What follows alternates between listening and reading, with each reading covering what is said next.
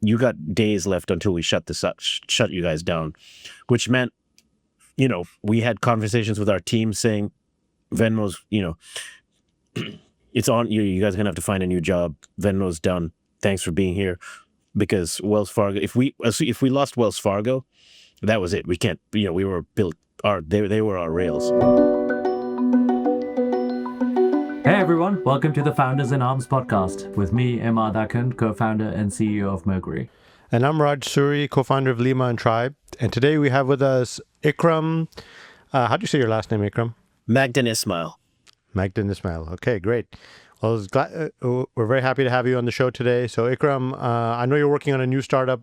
Jelly today. Jelly or is it jelly? It can be both. It can be both. Okay, so cool. I'm learning the hard way that sometimes you gotta have multiple personalities as a product. So some people like to call it jelly, some people call it jelly, and we actually debated it for a while. Should we call it jelly or jelly? We changed it from jelly to jelly. The people that called it jelly got mad. Then we changed it from jelly back to jelly. The people that called it jelly got mad. So you know what we did? We said you could use both. and guess what? It actually works in our favor because some people say jelly, then they use jelly as the verb. And I've learned that sometimes if you be a little flexible with how you take feedback, it can actually be spun off as a positive thing. So yeah, that's cool, man. That's cool. That's good product insight. You can't please everyone, so just do everything.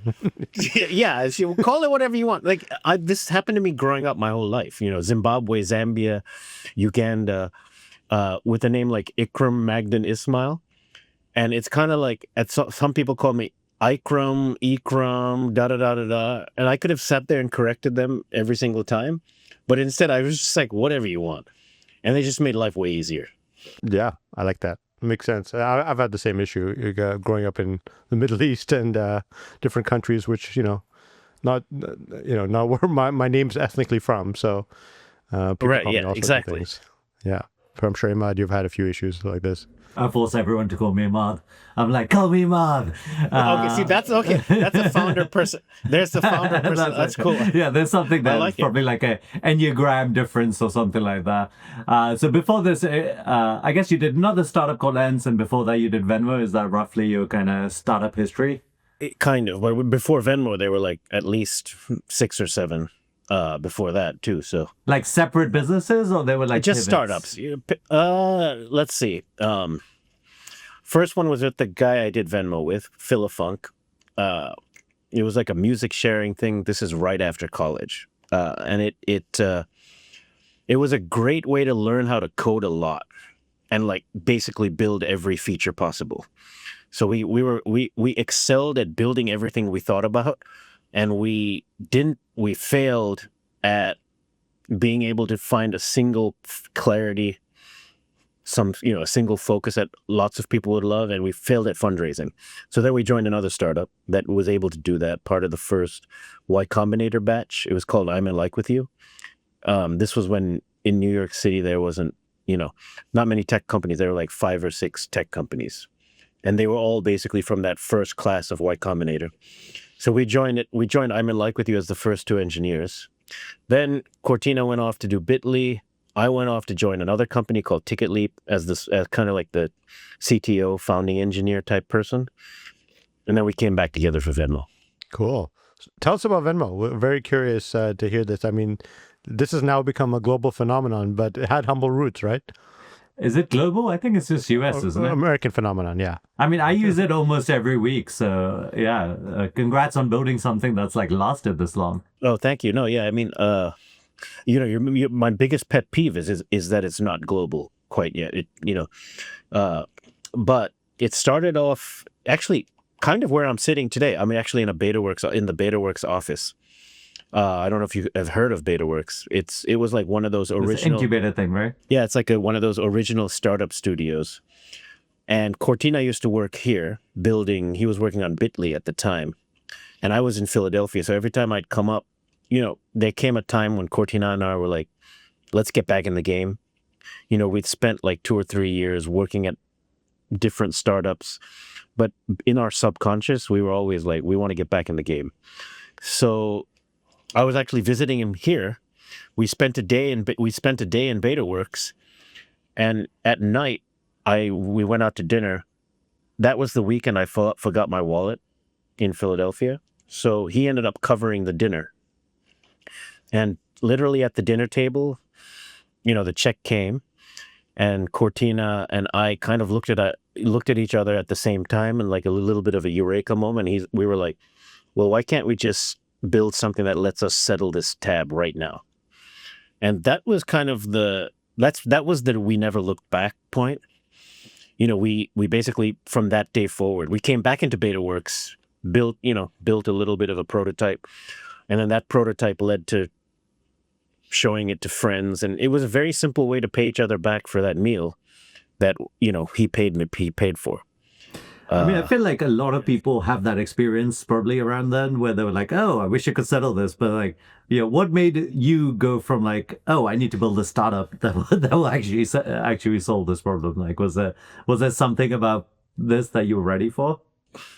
A little bit was startup naivete, not knowing what the challenges would become, and like being able to take them on every step of the way. So like we had that enthusiasm. We had the enthusiasm. We were young. We were like 27. So at that point, we just wanted to work on something together. And this was kind of a common project for us to basically get to hang out as friends and build something. And I think what ends up happening with a lot of startups is you start off like that, and then like it becomes like a little bit of a game that you start playing. Like, okay, now let's pitch this to some investors, because that's what everyone does. And then we started pitching it to investors, and then the ones that told us no gave us more ammo to keep going. It's in a weird way. Yeah. You were like, F you. Like, fuck you. Like, and it's like the game got more interesting as we kept playing it. So there was no real plan to like go all in on like a way for people to send money back and forth. It just kind of evolved day by day. Then the next challenge became like, okay, well, now a couple investors are interested. So as soon as you take that first round of funding, that's a different level of responsibility. Actually, I remember this. We got $100K in seed funding, and I was working part-time at another startup. And then that guy came to me. He was kind of following me along, and he was like, all right, man, you're an adult now. Like, I can't keep paying your part-time salary. You raise some money. It's time for you to go do this. And so that was like a moment. It's like you get a little bit of money. Now the responsibility shifts from, okay, it's not just you guys on a side project hacking and building something. You have to like take it more seriously. And then that turned into from seed angel funding to like VC funding. And then there's that partners meeting. That's another game that you play. You're like, okay, now I got to convince this room of people to invest in this. And it's wait, so kind of like was this product live at this point, or this was like, you had this prototype, but you couldn't actually take it live without like some money? It was live. It was working very hacky. We built it on a Google Voice. We actually found a way to use Google Voice to build a text messaging system. We just basically used an unexposed API they had. And that allowed us to like send money back and forth through phone numbers. But how were you doing the money transmission? So we were doing the money.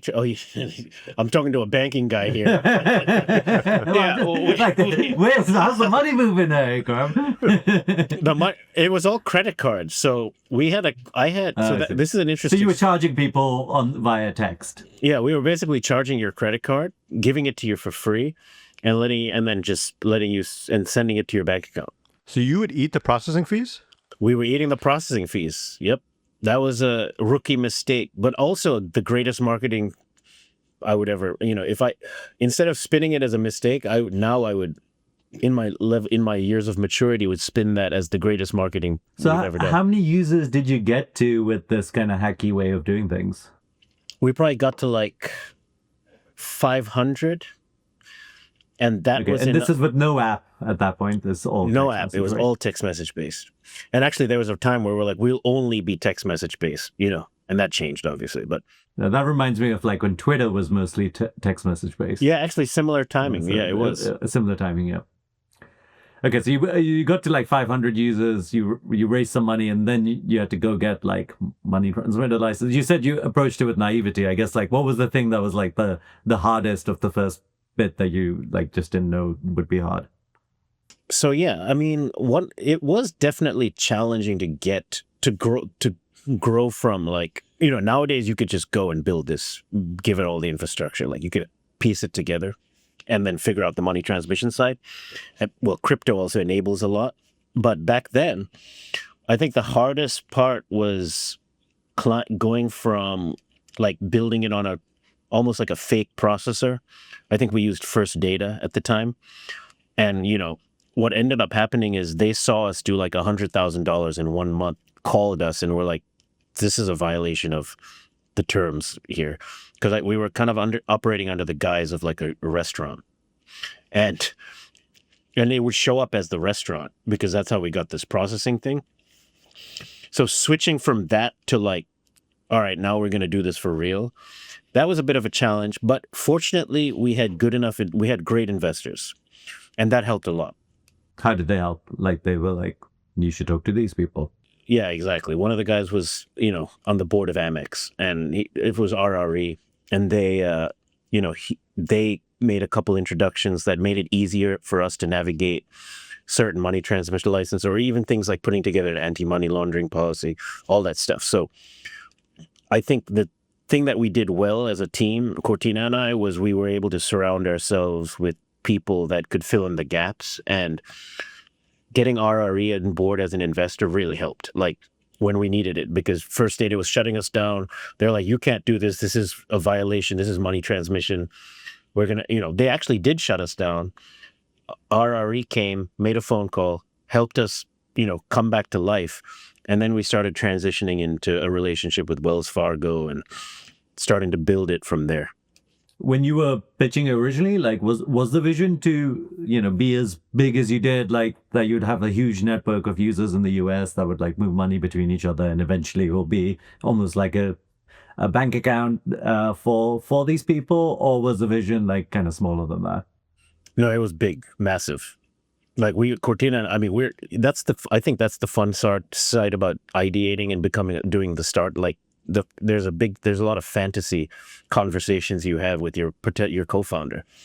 Like, so we were definitely like, this is going to be an impenetrable network. And like, I could send you the first executive summary where like everyone in the world is going to use this. I even I even said to first round, this is going to be the first $1 trillion company, Like, we were definitely very, very ambitious, but in a way that we were like excited about. Yeah. I mean, you have to say that I think that's like one of the weird things about pitching startups. You have to like really delude yourself into believing like this like crazy idea. I mean, if y'all saw us pitching this back in the day, you would be like, these guys are delusional. Hands down. It's only this, what I've found is it's the people that have seen those people before that start investing in them again. It's like, for example, John over here at BetaWorks, he's seen people like us come and be like, yeah, we're going to replace PayPal and Visa in the next 5 years. And everyone else, there's like a very small group of investors that want to participate in that sort of thing. And everyone else is like, all right, you guys are just batshit crazy.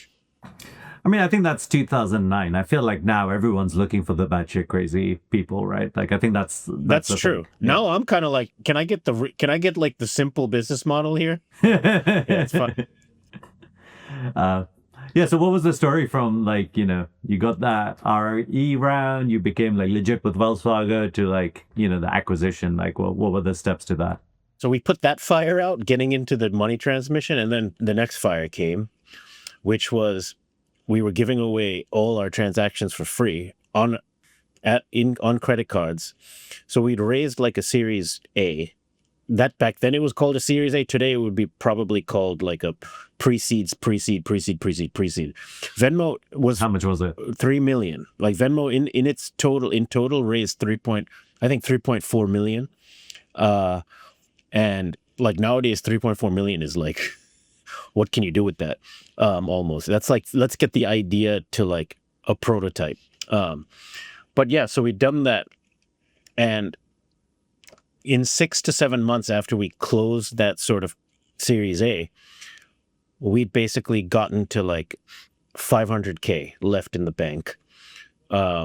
Mainly because our transaction volume started to grow exponentially, and the fees were basically taking away from our operating costs. And so the fire we had to put out then was, hey, we had a meeting with our board. We were like, guys, we're running out of cash. We need to raise more money. Otherwise, we're shutting down. Because what started to happen was Wells Fargo was looking at our business and being like, for a money transmitter, they don't have enough in reserves to cover all the transactions. And they were calling our investors saying, we're going to shut this account down because it's becoming too risky for us. Either what's the plan? And Tina from Wells Fargo, good friend of mine now, she was actually the kind of like the person in charge calling me every day 2 weeks before we finally figured something out, saying, you got days left until we shut this up, shut you guys down, which meant, we had conversations with our team saying, Venmo's, it's on you. You guys are going to have to find a new job. Venmo's done. Thanks for being here. Because Wells Fargo, if we lost Wells Fargo, that was it. We can't, we were built, they were our rails. So how did we figure that out? We got lucky. One of our mutual investors from Excel knew Braintree. Braintree was looking for like a consumer-facing side of their business. And I would say 7 months into our Series A, we struck a deal with them and joined forces. And that gave us the runway to like switch from all this credit card, giving away credit card transactions for free to like now building it on the ACH and finding a sustainable business model for P2P transactions. And, it worked. It wasn't necessarily the smoothest route, but it was kind of magical, I would say. Well, how big was Braintree at that time? Were they also just a startup? They were still a startup. So the difference between them and us was they were a very, very strong startup, highly profitable. And they were raising their Series B, I think, at the time they did the merger with us. And we just basically became part of their Series B burn. Ah, interesting. And this is Bryan Johnson's company, right? That is. Yep. You could tell us about him before he became Bryan Johnson, as everyone knows. Well, him. now he's I support his mission, trying to live forever. I get it. As you can see, he's obviously a great marketer and he knows how to build an audience. It's funny. Bryan and I actually exchanged a ton of emails prior to the Braintree acquisition of Venmo, because we used to use a version of Braintree for ACH. This is like almost pre-Venmo. So I got to know him then.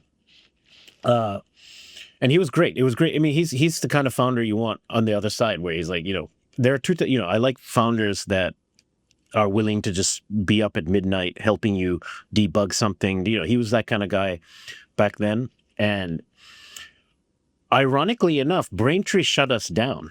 They shut down their ACH service. That's why we had to go to Wells Fargo. And I was in those emails with him, and then lo and behold, Braintree ends up buying us, which is kind of wild. So I got to work with him then, and it's funny, I worked with him then. I didn't really work with him during the Braintree, after the Braintree acquisition, because when they bought us, he left. I've always wondered whether you kind of regretted the acquisition, since Venmo then went on to become so much more successful. But it sounds like there was like literally no choice. Like this was kind of the only thing you could have done. Oh, I mean, not even that. It's like no regrets whatsoever. It's like, in fact, I'm trying to find a way to recreate that. I feel like I've been spending the last 10 or so years trying to recreate that. I mean, everyone we worked with now has pretty giant companies. Bill Reddy is now the CEO of Pinterest, good friend of mine. And all the people that were I haven't seen that kind of energy from a startup in a while. So if I could redo it like that, I would do it. But I feel like to get there, the timing has to be, it's rare. I don't see many products out there that evoke the emotion that Venmo does. And I really believe It's because of the team and all the people that were behind it, and some of the motivations of why we built it. It was very pure in that sense. So it's very hard to come by that again.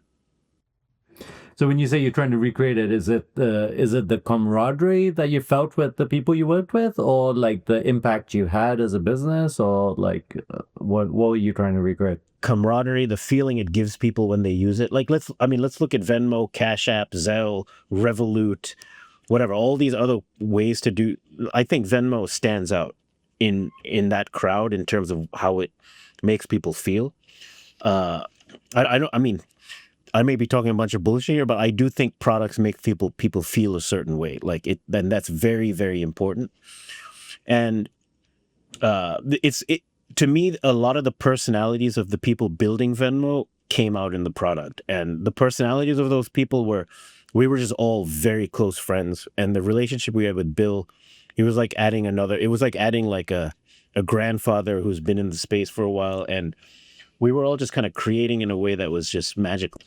From a customer perspective, like where that shows up is like just some like crazy decisions, like having a public by default feed. That always seemed crazy to me, but it just set up a personality for the app that like stuck. Yeah, that was after tons of debates too. I mean, we if I look back, we ran a full ad campaign in Manhattan. Lucas uses Venmo, which I'm seeing resurface now. That was one of the engineers on our team. You know, it's like, I don't know how to. It's like it's probably like, what was it like to have made Sign Seal Delivered by Stevie Wonder? You know, in a room, like that group of people came in and they made that song that everyone listens to. Like, I feel like we were just in like a music studio crafting, like, you know, just trying to craft a hit. And it's like, you know, that feeling is unstoppable. It's very hard to find that. Yeah.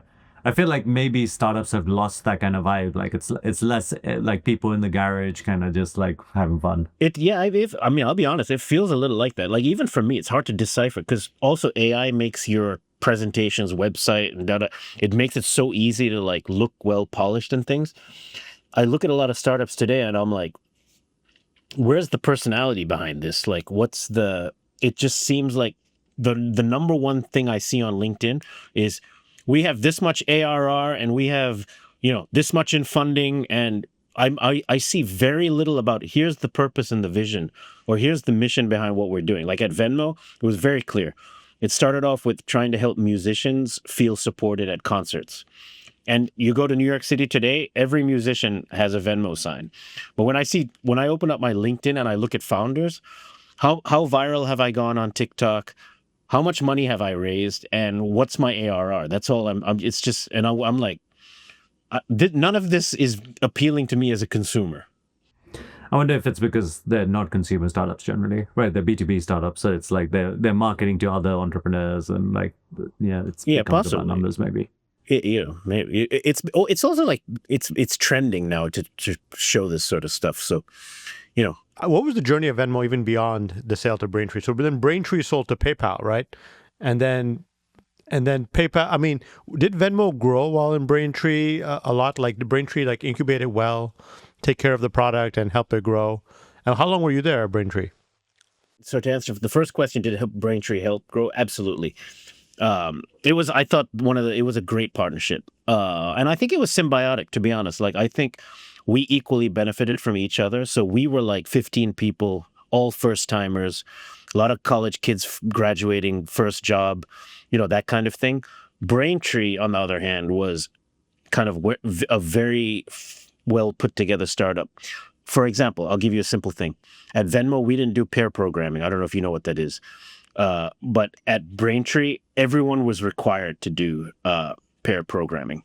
And when we joined forces, like, the Venmo team benefited a lot from, you know, just sitting down next to another engineer and coding together at the same time. And whereas Braintree benefited for us as a scrappy startup where we basically moved super, super fast. Like, they were like, you know, what took them 2 or 3 weeks to do, we did in days. So we were like, kind of like, and that applied to everything, like how we did marketing campaigns. Yeah, you know, everything. So it was a perfect complement. And I was there, you know, through the acquisition with PayPal, and then a couple of years after that. So you were at PayPal as well? Yeah, I was a PayPal employee for a while. Okay, that's cool. That was unbelievable. In what sense? Oh, I mean, honestly, I felt like I had nothing to do. I probably could have just stuck around and, made a shit ton of money and just done that. It's very weird. Like I was literally, no one needed my opinion. It was that kind of feeling where it's like, okay, you guys have got this figured out. So, and I think that drove me nuts. It got to the point where I was like, all right, I got to go do something else. And I think this is, I've heard stories of founders getting into these big corporate scenarios and then like not enjoying it as much. So that, that checks out, I would say. I love PayPal, by the way. I'm a little more mature now. I feel like if I look back, it's what they have done for Venmo and kind of what they did is actually what Venmo really wanted at the end of the day. Because now Venmo, you could argue, is at least here to stay for a couple more years, if not 10 or 15. Whereas we were almost shutting it down, like when we were a startup. So we accomplished the goal of what we wanted, to have Venmo be a verb and a company for as long as we're around. But and I think, now my learning there is like, it's nice. It's interesting to have that blend of startup and very well established, publicly traded company relationship. Yeah, it's like a case study for like how an acquisition can go really well for everyone, right? Like it's Right, yeah. Yeah, and I've seen this. Like you inject like I've been on the acquirer side. If you inject like a small startup, the DNA of like a small innovative startup coming into like a more established company can be good for everyone, and like change the culture of the established company, as well as help the startup mature and give them the chance to survive. And I would definitely recommend it to a lot of more established companies as the acquirers, and probably even people looking to sell their company. I mean, in some cases you can't make it by yourself, and you were mature enough to realize that, and probably you had no choice. But it's at the same time, some people look at it, as not a positive thing, but it actually can be very positive. In your case, probably life-changing for you, your entire career.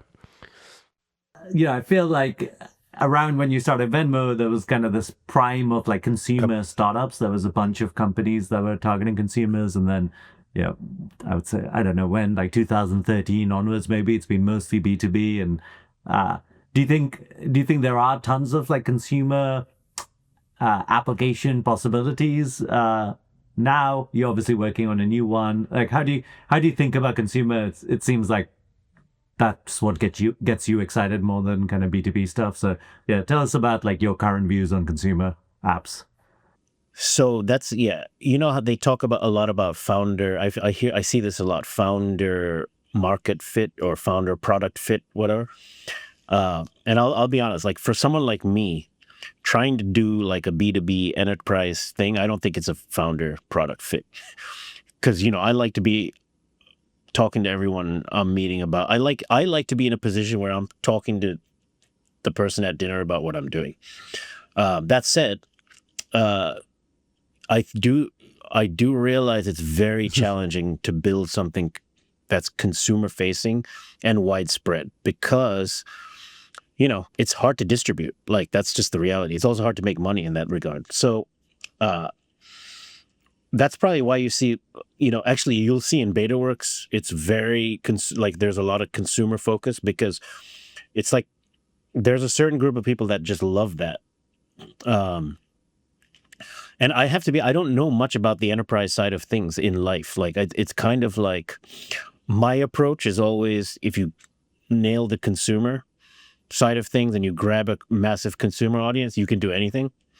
And, we proved that with Venmo to a certain degree. If I were there, we would probably do a bunch more things. We'd probably have a social, we'd probably have a competitor to Instagram by now. But, it's like, I view the consumer side as an entrance in, like, that's the closest touch point to something that could be massive in terms of how, how your company evolves. So that's where I start. The enterprise thing, I think it makes sense. Or even like government contract companies like Palantir, for example, like, that's just a different approach. I feel like I guess Meta and all its properties and Snapchat just consumed all of the consumer kind of attention. So it's just very hard to like build a new app. I mean, it feels like everyone's kind of bored of those apps, but even then it's really hard to break through, right? I mean, you're kind of speaking our vision here at Jelly. Like we're going after it. And I think we're gonna be able to do it because you nailed it when you said Snapchat, Instagram. There's a lot of boredom out there, and not only that, I feel like there's a lot of frustration around having to create content that looks like that kind of content. It's almost like a nightmare for someone like me to do. And I think we're also we're in a shift between like opening up those types of social platforms and seeing a bunch of junk, basically, where it's like everything is an ad for what I'm trying to sell you, or an influencer's trying to sell you, or a creator's trying to sell you. Even if you open up LinkedIn, it's like I'm trying to brag about how big my company is, or like who do I know, like net worth around business.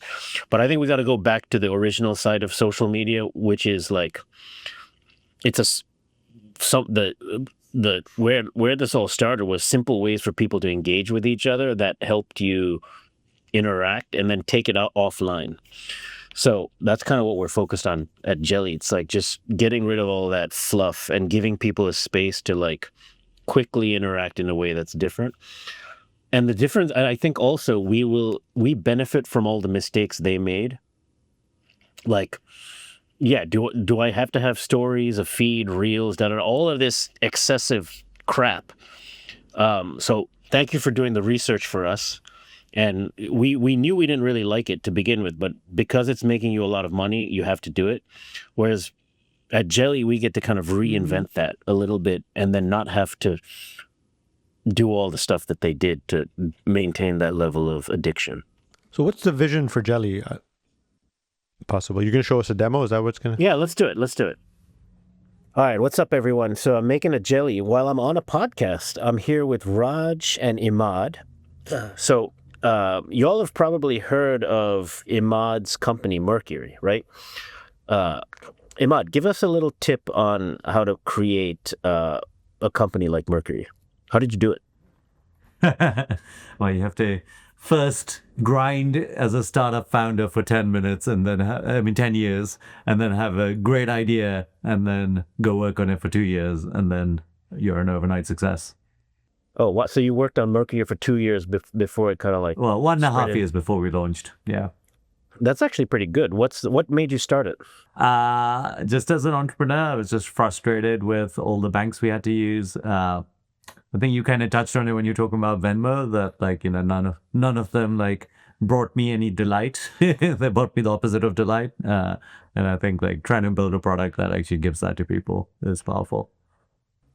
I'll outline a feature that I love. And going into virality, at Venmo, for example, trying to, ways to get people to get onto Venmo just by using the product is a great way to spread virality. So one of the things that I think Mercury does that not many people, or at least I haven't seen, is all the angel investments I've made come through Mercury. So like, and then I get a Mercury account. Well, you're saying they go to Mercury or they come through Mercury? No, they go through, like someone will send me a link to a Mercury page to do that. Yeah. I don't have to have the investment I don't have to have an account with Mercury to use it. Oh, yes, yeah. You're talking about like a safe.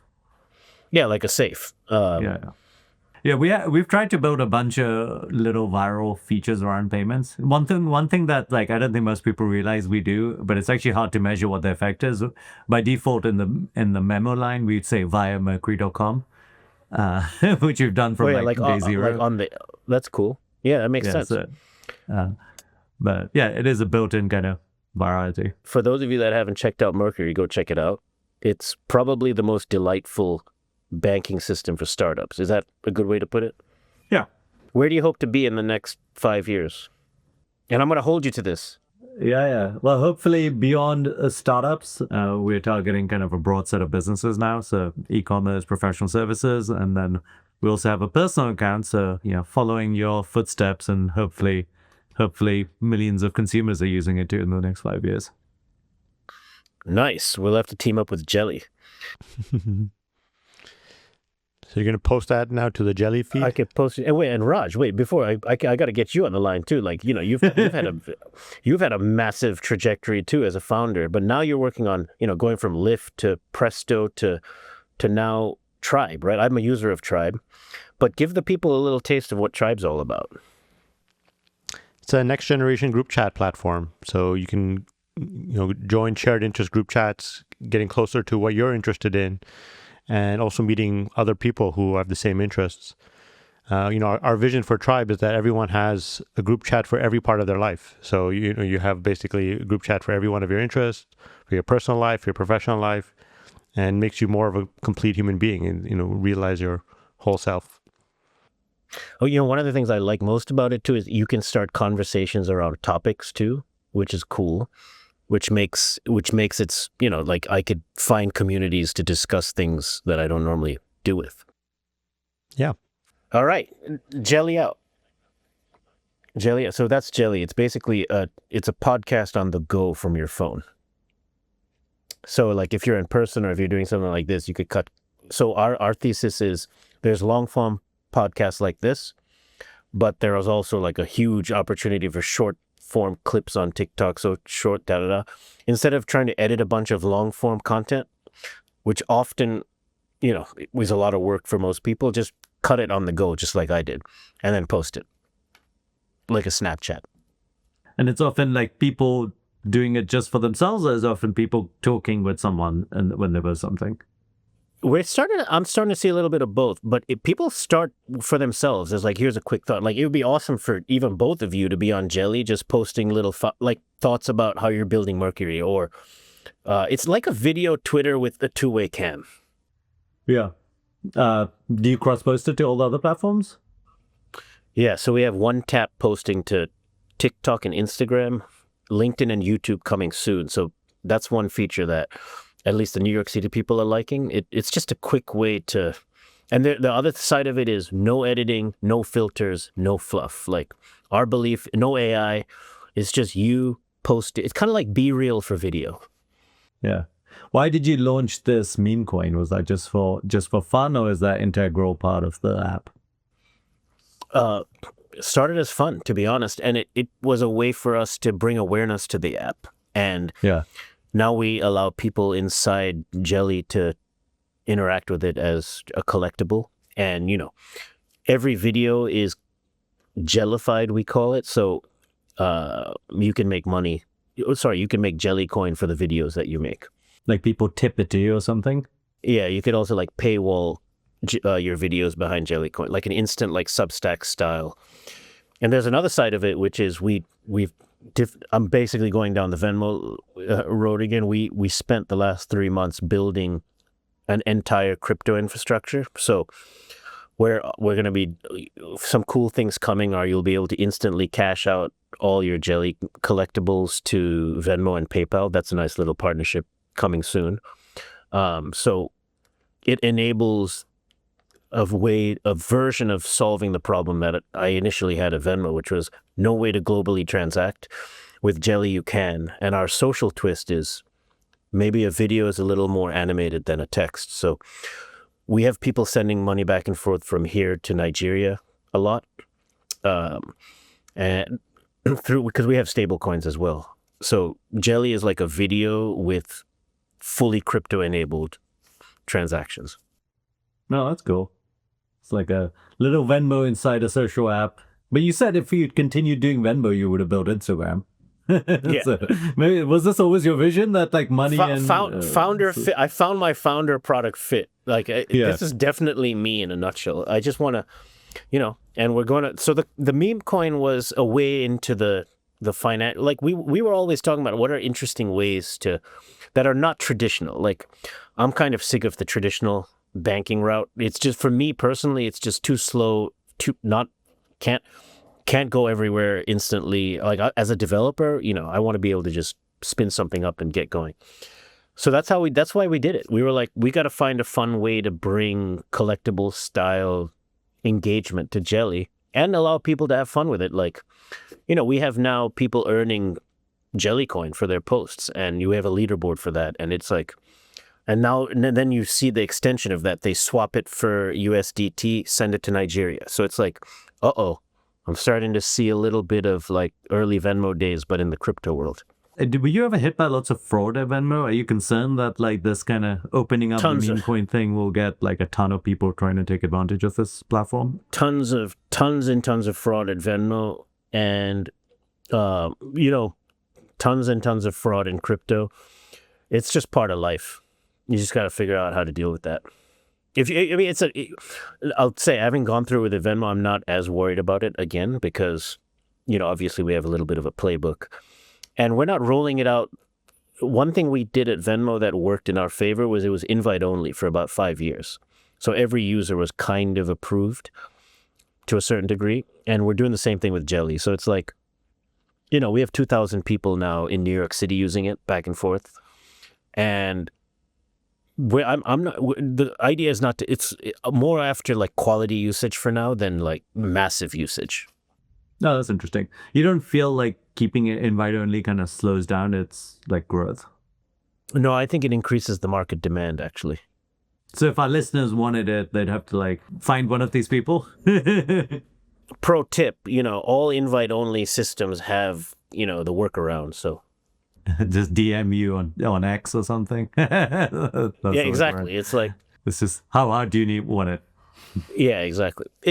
And also it gets you loyal users, and like people that are willing to work a little extra in the early days often are the ones giving you feedback, and that stuff helps. I find. Should we do rapid fire questions, or are we at time? Do you need to go, Iqram? I'm good. You could do it if you want. I'm fair game. Which tech founder inspires you the most these days? You guys. That's an easy answer there. No, I mean, hey, look, Rod, I like what you guys have both done. It's kind of it's nice. I like the fact that we get to shoot the shit like this. No, for me, it's like the people that are accessible, that are building amazing things, like you guys. It doesn't necessarily have to be one person, because I might hit you guys up for like hey, what do you think about this, or what do you think about that? Yeah, 100%. What's the most uncomfortable piece of feedback you've ever received? That's good. You're too eccentric.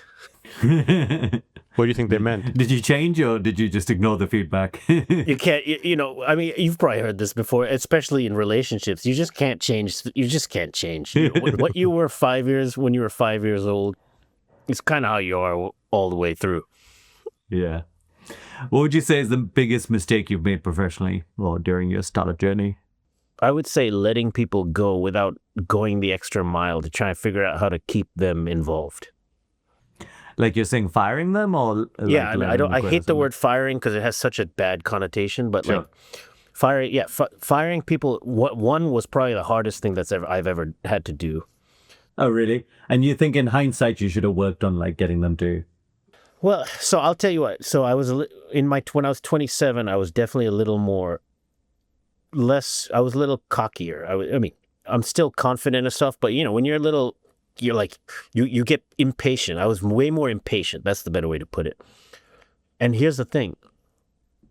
When we were at a stage where we basically had unlimited capital. So like, what's the reason to fire people? Like, obviously they need to figure out, you can find ways to, it's just a matter of time. Now, if you're not in an unlimited capital situation, that's different. But I would say the mistake I made was around letting people go when we had a lot of capital, like we had time to spend. And then the other thing is allowing other people to act that way too. Well, how much time do you think you should give someone to improve if they're not like hitting some bar? Unlimited. If you have all the unlimited, it's tricky. I mean, you also need the thing done though, right? You don't have unlimited time, even if you have money. Yeah, no, you gotta. It's a tough. I don't know the answer to that. It's a tough. It's also slightly contradictory, right? Because you have to be impatient in certain things, but maybe you at least give them 5 or 6 chances, maybe, or some people say 3. I think Raj somewhat agrees with you. I feel like Raj has said similar things before. I think most founders actually think they're too slow to let people go. Like they keep them on too long. No, I don't agree. I tend to not give any chances, or like I just tend to, nowadays I've changed. So, but that's mostly I'm operating in capital constrained environments. Yeah. Yeah, no, I don't know that. I mean, look, that's just looking back. Like it's like because, I also do feel like people get greedy sometimes in as things are getting bigger and bigger, and they're like, well, what the fuck is that guy doing? And they ignore what he had done, and it's just finding ways to create more harmony once you make it big. Let's put it that way. Yeah, makes sense. I think you're a bit of a softie as well, Iqram. Possibly. I don't deny that. Yeah. Okay, I'll ask the last question, and I have to jump. Actually, what does it mean for you to be an immigrant entrepreneur in the U.S.? I know that's a big part of your identity. That's how we first connected. Hey, I wouldn't change a thing. I love it. I mean, I got it. All credit goes to my mom. I watched her basically do all of what she did for me to have a good life.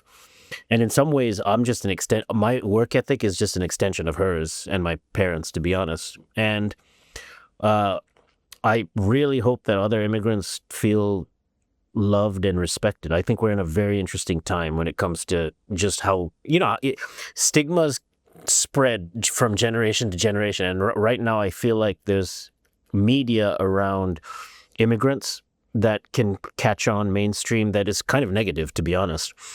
And I want to serve as like the antithesis of that because, yeah, everyone, immigrants are great people. They're often the most welcoming, fun to be around types of people, and they love what they do. So I've definitely moved from place to place to place to place, and I have had to assimilate.